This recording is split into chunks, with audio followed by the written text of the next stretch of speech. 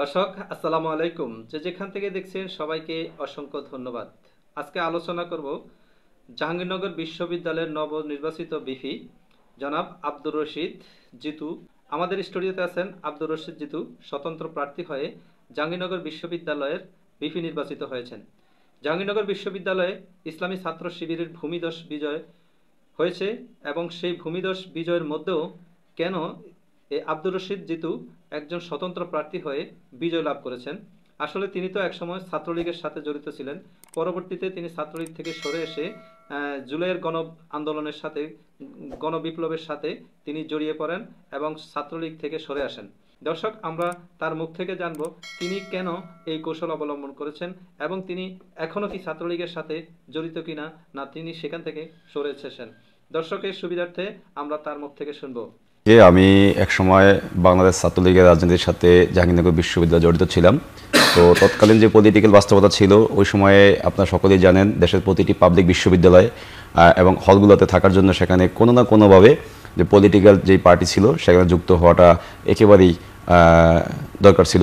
তো সেই সময় আমি হলে ছিলাম এবং হলে থাকাকালীন অবস্থায় যে হলের যে তখন পলিটিক্যাল চর্চা সেটাতে জড়িত ছিলাম। কিন্তু এই ক্যাম্পাসে আসার আগে আমি কোনো ধরনের পলিটিক্যাল পার্টির সাথে সম্পৃক্ত ছিলাম না এবং আমার পরিবারের আমার বাবা বা আমার যে 3 ভাই আছে কেউ কিন্তু কোনো পলিটিক্যাল পার্টির সাথে ছিল না। তারপরে যখন আমি ক্যাম্পাসে এসেছি, ক্যাম্পাসে এসে সেই 2018 সাল থেকেই যখন যে কোনো যৌক্তিক বিষয়ে আমি সবসময় প্রতিবাদী ছিলাম এবং আমি একটু স্বাধীনচেতা ছিলাম। আমি হয়তো পলিটিক্যাল পার্টির সাথে ছিলাম, এটা সত্য কথা, কিন্তু কখনোই কোনো অন্ধভক্ত ছিলাম না বা দলকানা ছিলাম না। আমার কাছে যেটা মনে হয়েছে যৌক্তিক আমি সেখানে কথা বলেছি এবং যখন দেখেছি যে বিষয়ে আসলে আমার কথা না বললেই নয় সেখানে কিন্তু আমি প্রতিবাদ করেছি। এর জন্য তখন তৎকালীন যেই ছাত্রলীগের নেতৃবৃন্দ ছিল তাদের দ্বারা বিভিন্নভাবে হেনস্থার শিকার হয়েছি। আমি বিভিন্ন সময় শিবির ট্যাগ খেয়েছি, বিভিন্ন সময় বামপন্থী ট্যাগ খেয়েছি।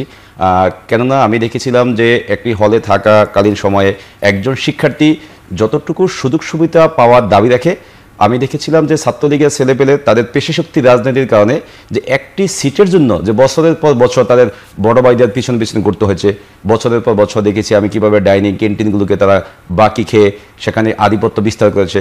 বাস্তবতা ছিল, আপনি জানেন যে প্রথম ফার্স্ট ইয়ারে একটা ছেলে আসলে সেখানে আমাদের গণরুমে থাকতে হয়েছে, সেখানে গেস্ট রুম কালচারে আমাদের অভ্যস্ত করা হয়েছে এবং সেখানে না চাইলেও ক্লাস বাদ দিয়ে আমাদেরকে বা পরীক্ষার আগের রাতেও কিন্তু আমাদেরকে যে কোনো রকম পলিটিক্যাল মিটিংয়ে নিয়ে যাওয়া হয়েছে। এবং এটা শুধুমাত্র আমি না, এটা তখন ফার্স্ট ইয়ারে প্রতিটি ছেলেপেলের কিন্তু এরকম অভিজ্ঞতাই এর মধ্যে দিয়ে গেছে।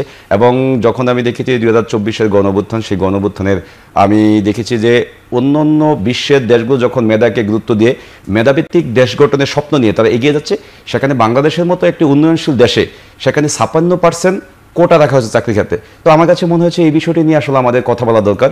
এবং 2018-তে যখন আমরা প্রথম ক্যাম্পাসে এসেছি তখনও কিন্তু আমরা যেই কোটা সংস্কার আন্দোলন, আমরা ফার্স্ট ইয়ারে হওয়া সত্ত্বেও কিন্তু সেই আন্দোলনে আমরা যোগ দিয়েছি এবং তখনও কিন্তু আমরা আমাদের যে হলের ইমিডিয়েট সিনিয়র বা ছাত্রলীগের যারা সিনিয়র ছিলেন, এই শুধুমাত্র আন্দোলনে যাওয়ার কারণে তাদের দ্বারা বিভিন্নভাবে আমরা র্যাগিংয়ের শিকার হয়েছিলাম। এবং 24-এ এসে যখন আমরা অনেকটা বুঝতে শিখেছি, আমরা এই সময় এসে কিন্তু আর কাউকে দ্বারা আসলে কি ভয় পাইনি এবং সকল রক্তচক্ষুকে উপেক্ষা করে আমরা সেই 1 জুলাই থেকে আমি জাহাঙ্গীরনগর বিশ্ববিদ্যালয়ের আন্দোলনে ছিলাম এবং প্রথম দিন থেকে আমি আন্দোলনের একেবারে সম্মুখ সারিতে যাই। তো আমার কাছে যে বিষয়টা মনে হচ্ছে যে এই যৌক্তিক বিষয়ে আমাদের সকলেরই কথা বলা দরকার। অন্যায় যেগুলো ছিল তার বিরোধিতা করেছি, এজন্য আমাকে বিভিন্ন সময় আমি একটু আগে বলেছি যে আমাকে বামপন্থী বলে ট্যাগ দেওয়া হতো এবং প্রগতিশীল চিন্তাভাবনা লালন করি এরকম বলা হতো। তো আমি সবসময় এরকম অপরাজনীতির যে চর্চাটা সেটা থেকে সবসময় দূরে ছিলাম। গণরুম কালচার, গেস্ট রুম কালচার বা পেশিশক্তি রাজনীতি, দিনের পর দিন যে রুম দখল করা, রুম পলিটিক্স, তো এগুলো থেকে আমি সবসময় দূরে ছিলাম।